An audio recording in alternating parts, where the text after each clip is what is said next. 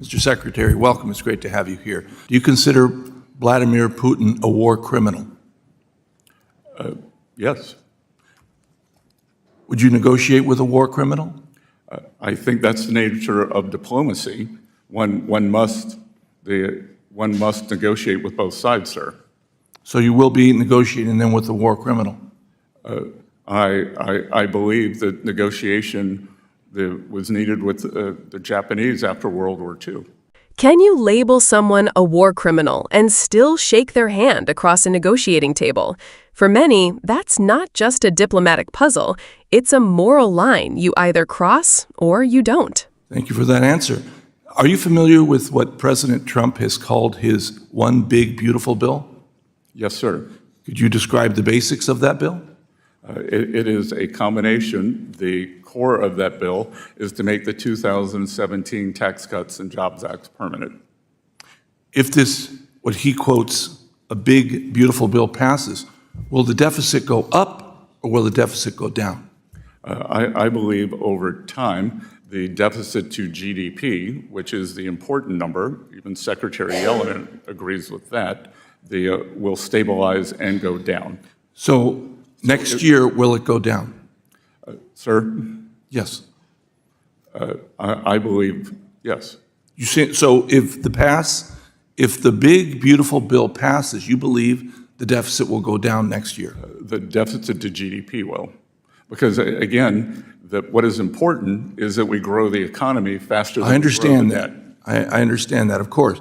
But you say that in the long term, I'm asking in the short term, will the deficit go down?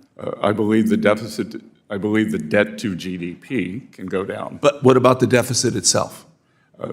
Sir, The amount of money that comes in as opposed to goes out. Will the deficit go down next year? will it go down from 2024 and 2025? I believe it will, because these are extraordinary levels. What about the long-term debt?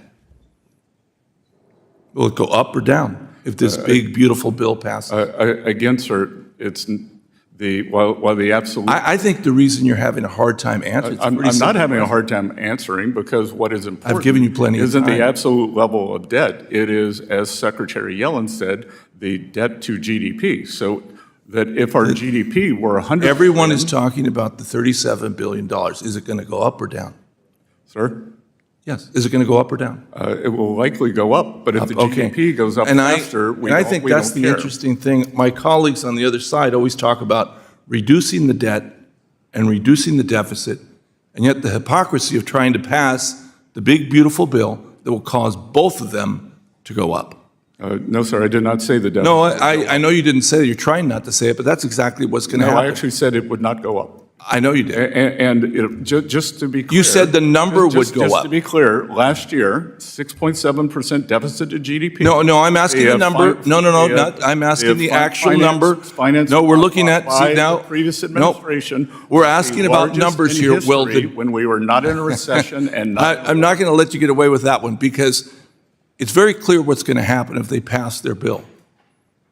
The deficit's going to go up, and the debt's going to go up, and we're going to see the hypocrisy of them always saying, cut the budget, so the deficit's going to go down, and the debt's going to go down. It's not. It's going to go up. Now, I do want to ask you about the independence of the Fed.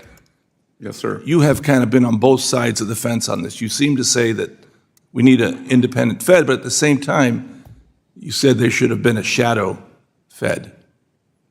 Sir, since taking office, I have refrained from commenting on Fed monetary policy, and I have said that monetary policy is a jewel box that must be preserved. Okay, great. And lastly, I do want to ask this, because a number of my colleagues have brought it up about elite, the coastal elites. Where did you go to school? Sorry? I grew up in Little River, South Carolina. And what university did you graduate? You graduated from Yale. You were part of Wolfhead's Society, Congressman, one of the big three. Congressman, I worked 3 jobs to put myself through Yale. Believe me, I grew up just as poor as you did. I understand that too. But the thing that I always get is, the funny part is, I always talk about the coastal elites. You're a billionaire that went to Yale. I don't hold that against you. I just find it interesting that my colleagues are always talking about the coastal elites, and yet the president and yourself are both coastal elites. Thank you. And I made all my own money, sir. What you just witnessed was more than a tense back and forth. It was a case study in how political language and economic theory collide under the pressure of direct questioning. Congressman Juan Vargas wasn't just fishing for sound bites. He was peeling away the safe talking points to expose the core contradictions behind certain political and economic claims. He started with the moral question, blunt, unavoidable, and deeply consequential. Do you consider Vladimir Putin a war criminal? The answer from Scott Bessent was a straightforward yes, and for a brief moment, it felt like one of those rare flashes of agreement across the political aisle. But Vargas wasn't satisfied with a simple label. He followed it up with the harder, more uncomfortable question, if Putin is a war criminal, would you still negotiate with him? This is where the exchange took on a deeper complexity. Bessent's response, that diplomacy often requires engaging with adversaries, even those guilty of atrocities, echoes a long-standing tension in foreign policy. Do you hold the moral high ground by refusing to deal with those who commit war crimes, or do you engage with them pragmatically to achieve larger strategic goals? Vargas's pointed follow-up made the contradiction crystal clear. If you acknowledge the immorality, how do you justify legitimizing it through direct negotiation? From there, the conversation shifted into domestic policy, but the pattern of exposing contradictions continued.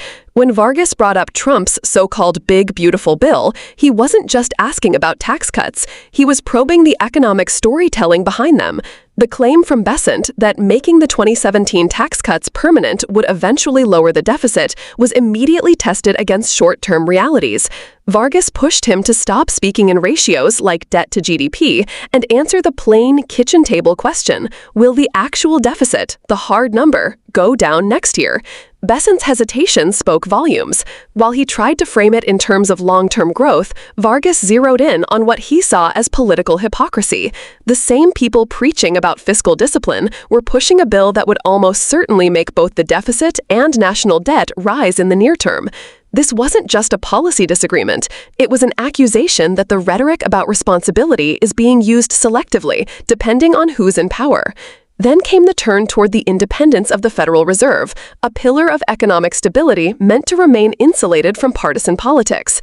Vargas subtly highlighted that Bessent's past comments about a shadow Fed could undercut that independence, even if Bessent insisted he now respects its autonomy. Finally, Vargas landed on the irony in the populist messaging from the Trump administration. He reminded viewers that while Republicans rail against coastal elites, both Trump and Bessent fit that category. Trump, a New York real estate tycoon, Bessent, a Yale-educated billionaire. The point wasn't to mock success, but to reveal the contradiction between anti-elite rhetoric and the elite backgrounds of those delivering it. This exchange is a masterclass in why congressional hearings matter, not because they produce viral gotcha moments, but because they force clarity where political messaging prefers vagueness. They strip away the comfortable abstractions and ask, okay, but in plain language, what does that really mean for the country? In a political environment where slogans often replace substance, this was a reminder that real accountability comes from persistent, detailed questioning. That's what Vargas delivered, and it's why exchanges like this deserve your attention. If you value leaders who dig beyond the talking points and challenge the inconsistencies that shape our policies, now's the time to stay engaged, stay informed, and keep asking your own tough questions. Because the truth is, democracy only works when we all refuse to settle for half answers.